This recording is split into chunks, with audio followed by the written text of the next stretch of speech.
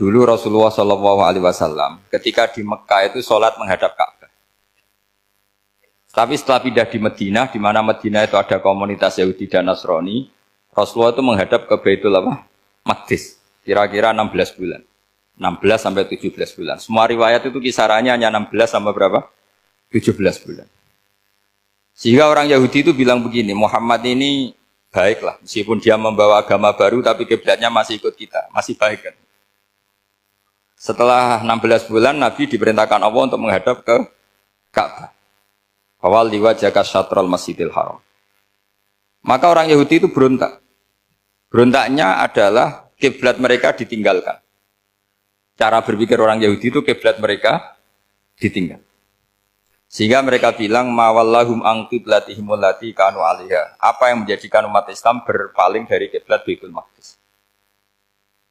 Kemudian mereka provokatif betul. Ini perlu diperjelas. Provokatif. Bilang begini. Inna Muhammadan tahayyara fi din. Muhammad ini bingung dalam beragama. Sehingga habis ngomong A, ngomong B. Habis kiblat Ka'bah, kiblat Baitul Maqdis. Sehingga dalam banyak tarikh disebutkan peristiwa kiblat itu terbanyak melahirkan orang murtad. Orang yang keluar dari Islam. Gara-gara provokasi orang Yahudi, Muhammad tahayyara fi din. Muhammad itu bingung dalam menentukan pilihan apa? Beragama. Kemudian walhasil singkat cerita akhirnya Nabi itu madhep Ka'bah. Apa yang terjadi mukjizat itu adalah bahwa agama ini agama yang mewakili semua agama sebelumnya yang masih orisinil. Yaitu Nabi akhirnya berargumentasi Ka'bah adalah kiblat yang asli, yang lebih tua. Terus mereka tanya, buktinya apa? Dijawab oleh Quran, fihi ayatum bayyinatum maqamu apa? Ibrahim. Ka'bah bukti tertua adalah di situ ada makam Ibrahim. Makam itu jejak kaki. Ya kalau bahasa Indonesia makam itu kuburan. Kalau dalam bahasa Arab makom itu jejak apa? Jejak kaki. Sehingga diketahui oleh sejarah dibuktikan di situ ada jejak kaki siapa? Nabi Ibrahim.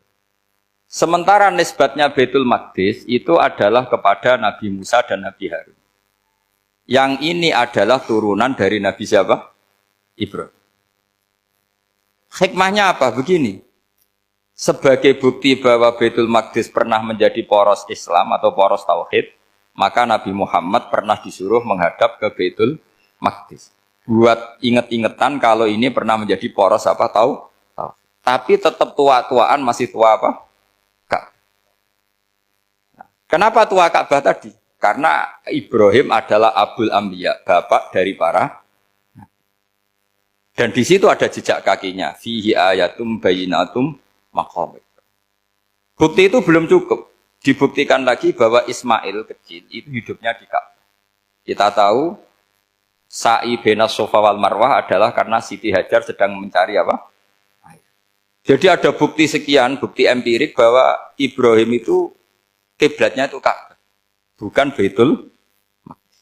Sehingga ada kata-kata fihi ayatum bayyinatum maqamu. Nah, tanpa ngerti asbabun nuzul, kamu akan mengartikan fa'ina ma tuwallu fatamma wajhu itu salah. Karena di situ kamu menghadap mana saja, maka di situ ada ridhonya Allah. Maka para ulama memberi catatan, maksudnya begini, kamu menghadap kemana saja, asal itu yang diperintahkan Allah, maka di situ ada ridhonya.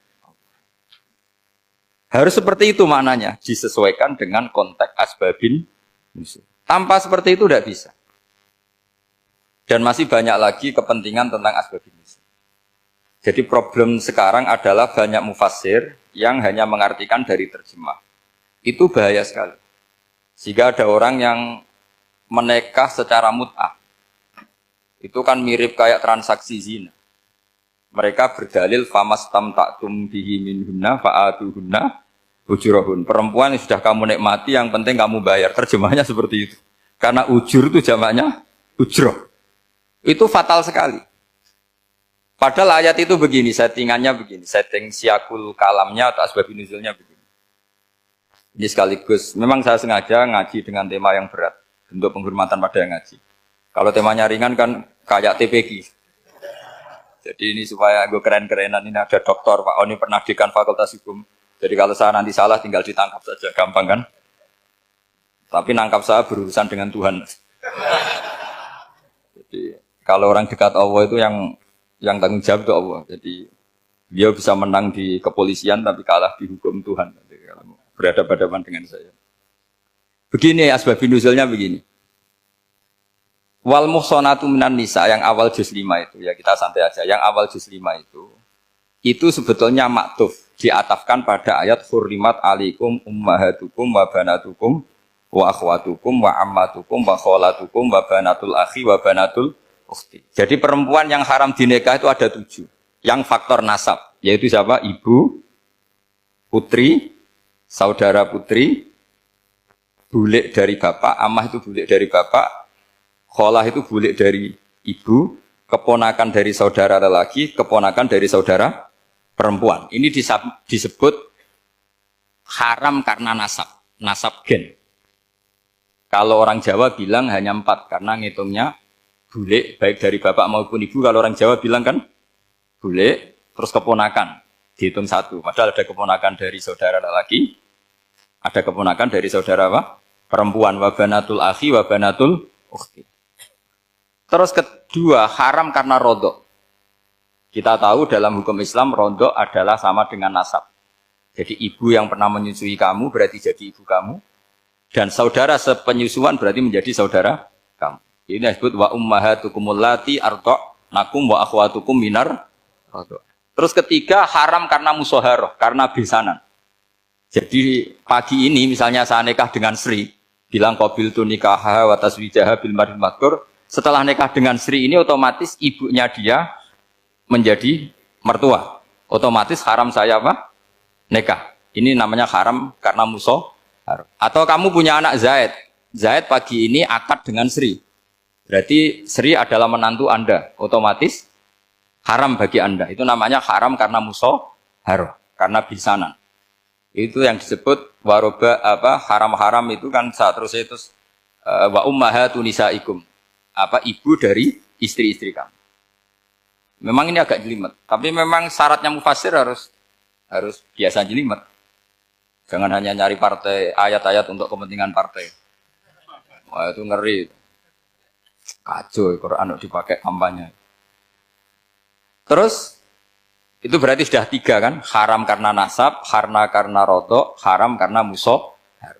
Terus yang keempat ini haram yang bukan karena sebab pada seorang perempuan, tapi karena istri orang. Disebut wal muhsanatu minan nisa. Haram menikahi perempuan yang masih milik orang lain.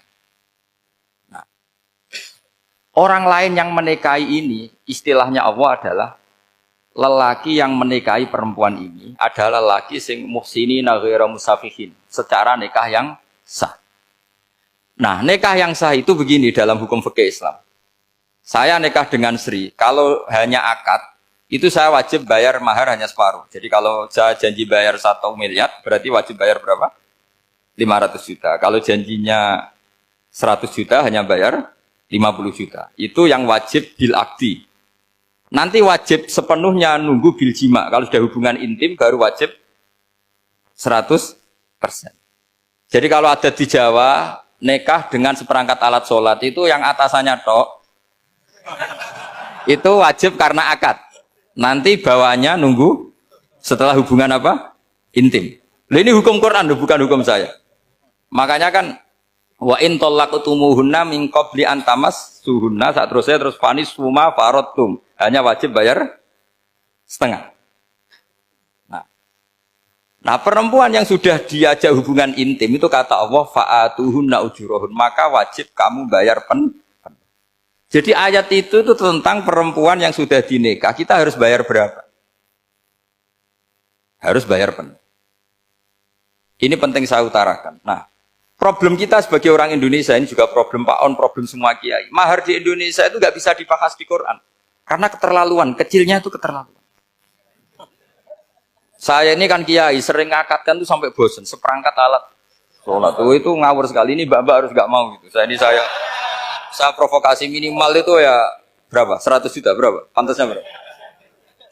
Pantasnya berapa? 10 gram itu berapa nilainya? Kan 1 gram 500.000 baru 5. Ya sudah mendingan itu 10 gram.